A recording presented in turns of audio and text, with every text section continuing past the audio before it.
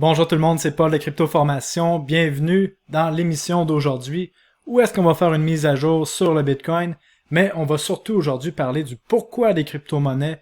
On va parler de 5 cryptos de privacy, donc qui protègent la vie privée. On va voir c'est quoi l'équivalent du Bitcoin dans le côté privacy et on va voir c'est quoi l'équivalent de l'Ethereum dans le côté privacy. On va voir aussi la mécanique derrière tout ce qui est l'anonymat dans les crypto-monnaies. Et bien sûr, on va faire le point sur l'actualité et les crypto-monnaies. Donc si ça vous intéresse, je vous invite à rester pour la vidéo. N'oubliez pas de m'écrire un commentaire parce que j'aime vraiment vous lire et de mettre un like parce que ça aide le channel. Et n'oubliez pas avant de commencer la vidéo que je ne suis pas un conseiller financier. Je ne suis qu'un gars dans son bureau qui vous partage ses recherches, qui vous partage des informations de haute qualité sur les crypto-monnaies.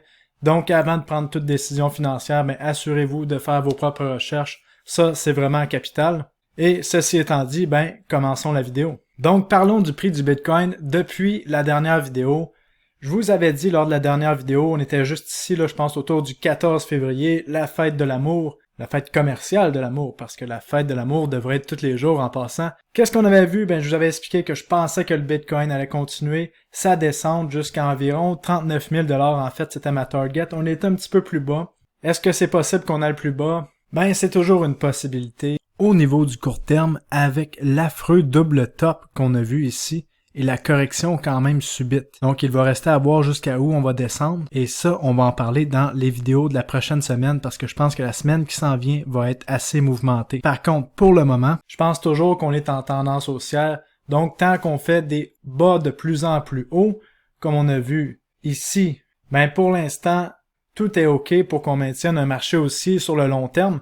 Et pour les traders, comme je l'avais expliqué dans la dernière vidéo, votre stop loss était ici.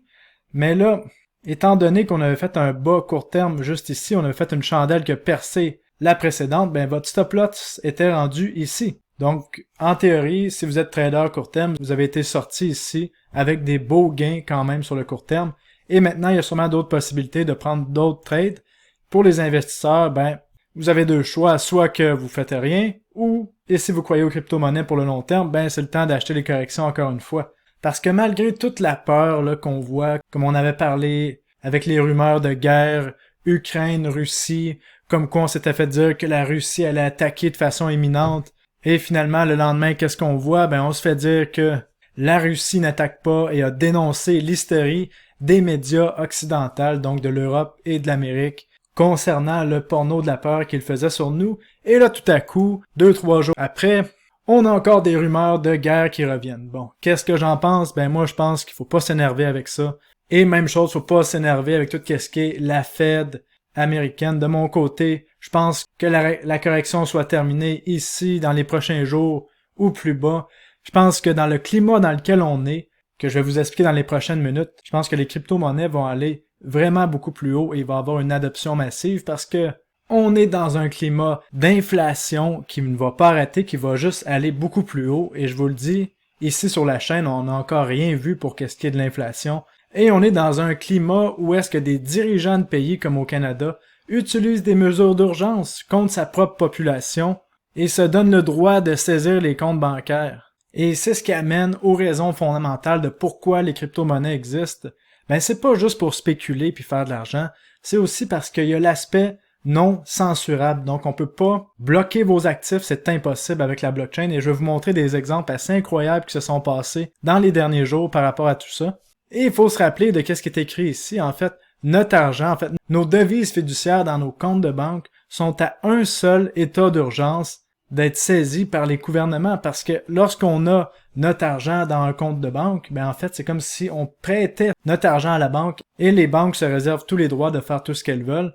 Et comme vous vous souvenez, les banques et les politiciens ne sont qu'une seule et même entité qui travaille ensemble avec les médias.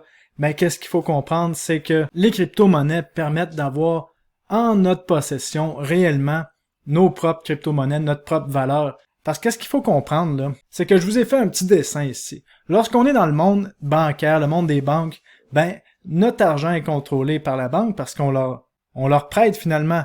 Donc nous, qu'est-ce qu'on fait? C'est qu'on envoie notre argent dans une plateforme d'échange pour acheter des crypto-monnaies. Et là, dans une plateforme d'échange de crypto-monnaies, qu'est-ce qu'il faut comprendre? C'est qu'encore une fois, on ne détient pas nos crypto-monnaies à 100%. c'est la plateforme d'échange qui détient nos crypto-monnaies. Et en plus de ça, on a un identifiant parce qu'il faut s'identifier pour acheter des crypto-monnaies. Donc, notre nom est lié de la banque jusqu'à la plateforme des crypto-monnaies. Et ensuite, pour avoir nos actifs en notre réelle possession, il faut les envoyer dans un portefeuille digital décentralisé. Et à partir de là, on a réellement le contrôle de nos actifs. Et c'est à partir de là qu'on est réellement dans le monde des cryptos et qu'on peut profiter du côté non censurable de la blockchain. Parce que même si un gouvernement décrète n'importe quelle loi d'urgence, vous pouvez quand même échanger votre valeur et vous garder votre valeur en votre réelle possession. La preuve est ici, la plateforme, le CEO, le président de la plateforme d'échange Kraken, qui est une des plus grosses plateformes d'échange au monde, régulée, vraiment sécuritaire au niveau des régulations. Les plateformes d'échange comme Kraken n'ont pas le choix d'être régulées dans le but de vraiment pouvoir effectuer des services financiers pour pouvoir jouer avec l'argent des banques et des banques centrales. Ça prend toujours les régulations qui sont en place pour protéger les banques. Et le CEO de Kraken, Jesse Powell, a averti tout le monde sur Twitter en disant de sortir nos coins des exchanges centralisés. Même lui, le CEO d'un exchange centralisé qui fait son argent si on laisse nos cryptos sur son exchange, nous dit que on est mieux de sortir nos cryptos des exchanges centralisés dans le but d'avoir nos cryptos en notre réelle possession. Parce qu'encore une fois, qu'est-ce qu'il nous explique? C'est que si il y a un état d'urgence et que vous êtes ciblé par vos politiciens, l'exchange, par exemple si c'est Kraken, n'aura pas le choix de geler vos avoirs et ça on l'a déjà vu par le passé. Alors que si vous détenez vos crypto-monnaies dans un portefeuille digital, là, il n'y a rien qui peut être fait et je vous montre la preuve, c'est quand même très drôle ce qui s'est passé. La Cour supérieure de l'Ontario, qui est une province au Canada, a demandé à l'équipe du portefeuille décentralisé Nunchuk.io de fournir les informations de ses utilisateurs et de geler leurs comptes. Puis là, la réponse de l'équipe est géniale. En fait, vous la voyez ici, la réponse originale.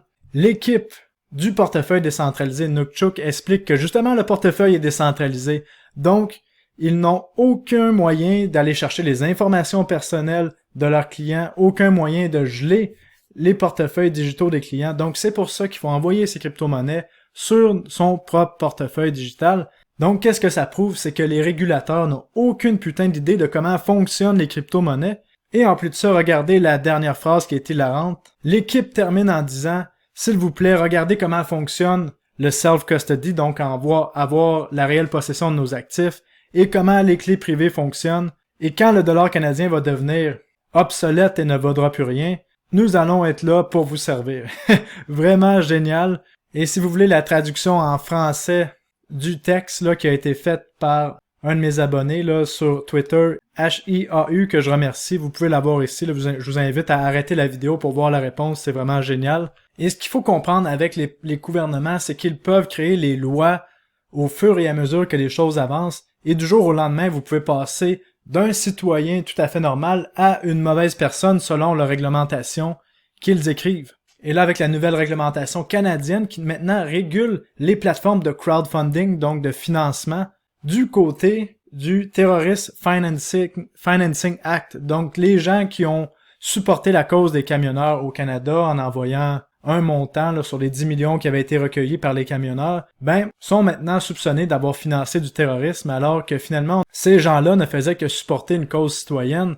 Donc, vous comprenez maintenant pourquoi vaut mieux avoir ses actifs en sa propre possession. Donc, ce genre de régulation-là peut vous faire passer d'un simple citoyen dans un salon qui envoie 10$ à une plateforme de crowdfunding à un terroriste. On vous catégorise dans la même catégorie que les vendeurs de drogue, que les gens dans la prostitution, que les vendeurs d'armes, alors que certaines personnes qui sont des réels criminels ont toujours droit à leur compte de banque. Et là, un point important que j'aimerais que les gens comprennent, plusieurs personnes pensent que le Bitcoin ou les crypto-monnaies c'est anonyme et que c'est impossible de retracer les transactions. C'est pas vrai du tout. Qu'est-ce qu'on avait vu lors de la route de la soie? Il y a plusieurs personnes qui transigeaient des Bitcoins avec des portefeuilles de crypto-monnaies, pensaient que c'était anonyme. Oui, d'une certaine manière, c'est anonyme, jusqu'au moment où est-ce que vous envoyez vos bitcoins sur une plateforme d'échange, où est-ce que vous avez donné votre identification, et à partir de là, vous êtes identifié. Et c'est la même chose si vous faites le chemin inverse. Si vous envoyez des crypto-monnaies d'une plateforme d'échange où est-ce que votre nom est identifié vers votre portefeuille digital, maintenant, c'est très facile de lier les portefeuilles digitales qui sont les vôtres avec l'adresse à laquelle vous avez envoyé la transaction. Donc, Bitcoin, c'est pas anonyme, Ethereum, c'est pas anonyme, il n'y a pas grand-chose d'anonyme dans le monde des crypto-monnaies. Et le problème, c'est que pour utiliser les crypto-monnaies, pour acheter des choses tangibles, ben on a comme en ce moment encore pas le choix de revenir dans le monde bancaire, dans le monde des devises fiduciaires.